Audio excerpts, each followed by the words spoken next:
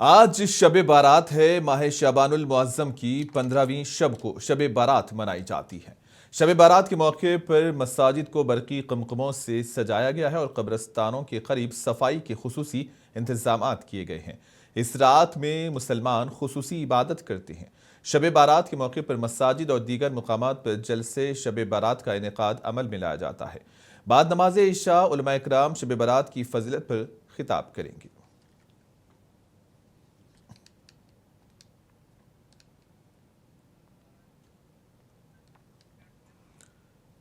मरकजी वजीर किशन रेड्डी ने तेलंगाना कांग्रेस पर इल्जाम लगाया है कि वो मरकजी बजट के बारे में गलत मालूमात फैला रही है। किशन रेड्डी ने कहा कि मरकजी हुकूमत ने रियासत के लिए मुख्तलिफ अहम मनसूबों के लिए फंड्स मुख्तस किए हैं, जिनमें रेलवे कॉरिडोर, स्टेशन की तामीर नौ और कौमी शाहराहों के मनसूबे शामिल हैं। उन्होंने जोर दिया कि कांग्रेस पार्टी अवाम को गुमराह करने की कोशिश कर रही है और हकीकत के बरअक्स बयानात दे रही है। किशन रेड्डी के मुताबिक ये फंड्स रियासत की तरक्की और बुनियादी ढांचे को मजबूत करने के लिए मखसूस किए गए हैं ताकि आवाम को बेहतर सहूलियात फराहम की जा सके। तेलंगाना में केंद्र सरकार के बजट के द्वारा देश के बारे में सोचते हैं।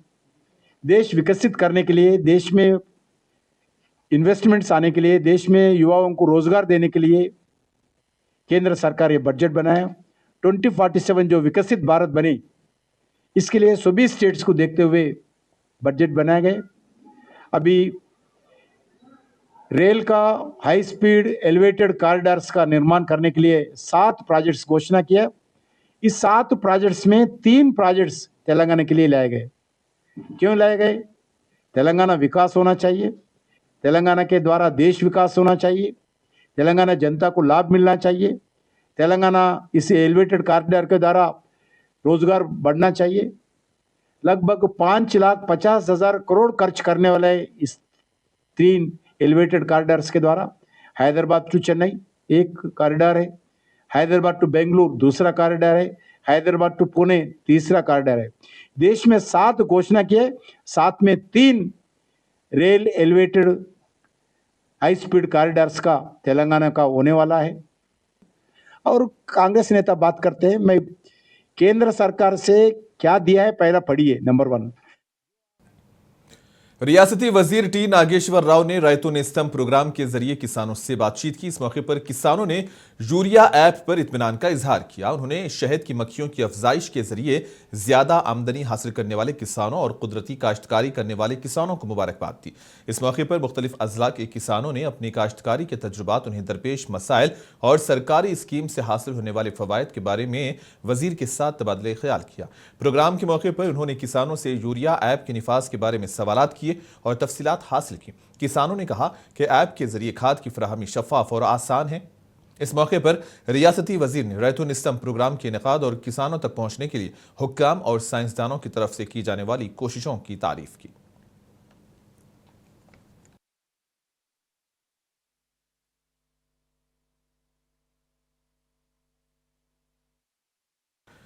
रियासत में बल्दियाती इंतखाबात के लिए पर्चे नामजदगी वापस लेने की आखिरी तारीख खत्म हो गई है। 11 फरवरी को 116 म्यूनसिपालिटीज और 7 कारपोरेशंस के लिए एक ही मरहले में पोलिंग होगी। अगर कहीं दोबारा से पोलिंग की जरूरत पड़ती है तो 12 फरवरी को उसकी पोलिंग होगी, जबकि नताइज का ऐलान 13 फरवरी को किया जाएगा। 16 फरवरी को बल्दियात में चेयरपर्सन और वाइस चेयरपर्सन और 7 कारपोरेशंस में मेयर और डिप्टी मेयर का इंतखाब होगा।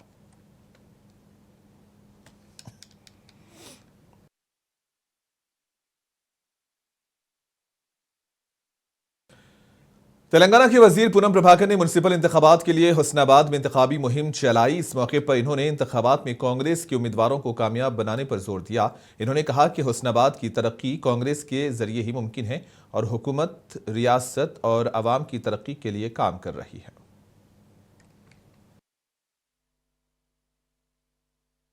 ఇంకా అనేకంగా ఈ విధంగా ఈ ప్రాంతానికి అనేక ఉపయోగపడే పనులు చేస్తా ఉన్నాం। ఈ జరిగే పనుల్లో భాగంగా మీ అందరి ఆశీర్వచనం కావాలి, మరింత ఉత్సాహంగా పనిచేయాలి, హుస్నాబాద్ మరింత అభివృద్ధి కావాలంటే తప్పకుండా ఇలా కాంగ్రెస్ పార్టీ అధికారంలో ఉంది। కౌన్సిలర్లు గెలిచినట్టయితే తప్పకుండా నేను మంత్రిగా ఇగో నా హుస్నాబాద్ లో 20 మంది కౌన్సిలర్లు గెలిచిండ్రు, నాకు ఈ పైసలు కావాలి డెవలప్మెంట్ కొరకని తీసుకొచ్చేటువంటి ఒక పని ఉంటుంది। కాబట్టి దయచేసి 20 వార్డుల్లో కాంగ్రెస్ పార్టీ అభ్యర్థులు గెలిపియండి. మేము అధికారికంగా ఇన్ని పనులు చేసినాం. 10 ఏళ్లలో వాళ్ళు ఏం చేసిరో మనందరికీ. मरकजी वजीर किशन रेड्डी ने कहा है कि बीबी नगर में कायम एम्स अस्पताल के 86% तामीराती काम मुकम्मल हो चुके हैं और इसका मकसद तमाम तबकात के लिए काबिल रसाई और मेयारी तिबी खिदमात फ्राहम करना है।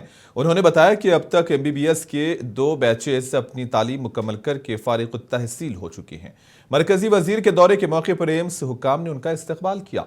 उन्होंने अस्पताल में फ्राहम की जा रही तिबी सहूलियात का जायजा लिया और हुक्काम से तफसीली मालूमात हासिल की। इस मौके पर मुनक़िदा इजलास से खिताब करते हुए किशन रेड्डी ने कहा कि रियासती हुकूमत की जानिब से पहले से तामीर शुदा इमारत एम्स को दिए जाने के बायस कुछ ताख़ीर हुई, तहम बाद में नए अस्पताल ब्लॉक्स, कॉलेज इमारत, लड़कों और लड़कियों के हॉस्टल्स और डाइनिंग हॉल्स नए सिरे से तामीर किए गए हैं।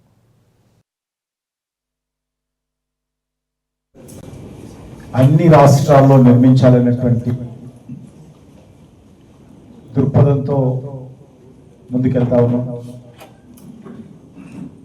ఈరోజు మన తెలంగాణ రాష్ట్రంలో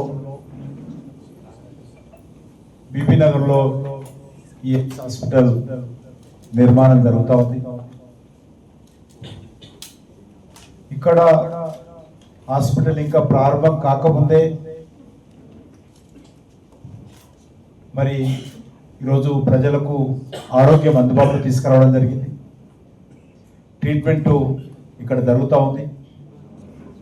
ఇది ఈ సంవత్సరం 2026 ఎండింగ్ లోపల పూర్తి చేయాలనేటువంటి లక్ష్యంగా పెట్టుకున్నాం. మరి ఇక్కడ మనకందరికి తెలుసు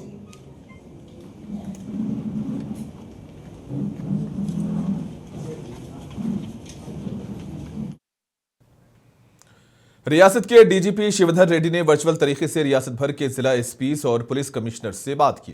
इस मौके पर उन्होंने बल्दियाती इंतखाबात की सिक्योरिटी और इंतजामात का जायजा लिया। इस मौके पर उन्होंने इंतखाबात के पुरअमन और शफाफ तरीके से इनेकाद के लिए सिक्योरिटी के सख्त इंतजामात की हिदायत दी। इस मीटिंग में मेदक जिले के एसपी DV श्रीनिवास राव और दीगर ओहदेदारों ने शिरकत की।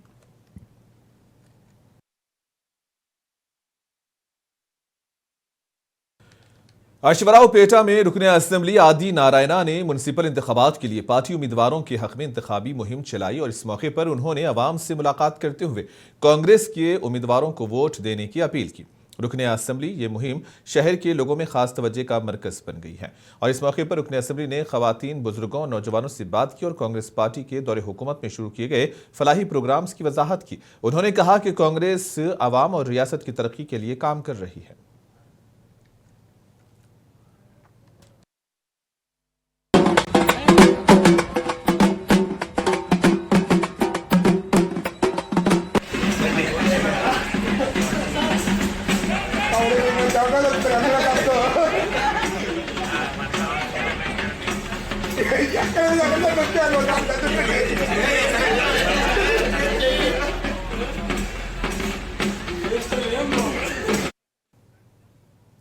AIMIM नामपल्ली के रुकने असेंबली व बल्दी इंतखाबात निर्मल जिले के इंचार्ज माजिद हुसैन ने खानापुर का दौरा करते हुए म्युनिसिपालिटी इंतखाबात के लिए मजलिसी उम्मीदवारों के हक में इंतखाबी मुहिम चलाई।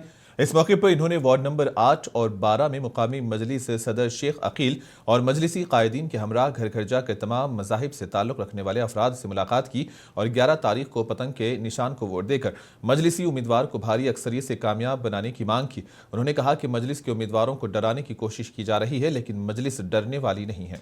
इन्होंने कहा कि मजलिस अवामी मसाइल, बुनियादी सहूलतों की फराहमी और शहर की हमाजहत तरक्की को मद्देनजर रखते हुए मजबूत और अवामी खिदमत का जज्बा रखने वाले उम्मीदवारों को टिकट दी है। आज मजलिस इत्तेहादुल मुस्लिमीन के सदर बारिस्टर असदुद्दीन अवैसी साहब के हुक्म पर हम खानापुर का पैदल दौरा कर रहे हैं, जहाँ पर हमारे उम्मीदवार यहाँ पर खड़े हुए हैं और हमारी पूरी कोशिश है कि हम हर घर तक जाएँ, अपनी बात रखें, मजलिस इत्तेहादुल मुस्लिमीन का पैगाम पहुँचाएँ और पूरी कोशिश ये करें कि हम मजलिस इत्तेहादुल मुस्लिमीन के उम्मीदवारों को यहाँ से कामयाब करें। जो माहौल मैं देख रहा हूँ, जिस तरीके से लोग मेरी इज्जतदार माएँ हमसे मिल रही हैं, मुझे यकीन है कि 11 तारीख के दिन इन 2 उम्मीदवारों के हक में बड़ी अक्सरियत में वोट होगा। कोशिश ये भी हो रही है, मैं उन तमाम से भी आपके ज़रिए से एक पैगाम देना चाहता हूँ, उन दीवानों को जो हमारे उम्मीदवारों को डराने की, धमकाने की या ख़रीदने की कोशिश कर रहे हैं या हमारे यहाँ के मुकामी बच्चों को डराने या धमकाने की कोशिश कर रहे हैं, इलेक्शन आएगा, इलेक्शन चले आएगा। अगर हमारे किसी भी एक भी नौजवान को पहुंचाने की कोशिश करोगे, हम तुमसे उसका हिसाब पूछेंगे ज़रूर। और मैं यहाँ के एडमिनिस्ट्रेशन से भी ये गुजारिश करता हूँ, खासकर पुलिस महकमे से, कि हमारे बच्चे जब आ रहे हैं परमिशन उनको सताया जा रहा है, ये चीज़ बंद होनी चाहिए।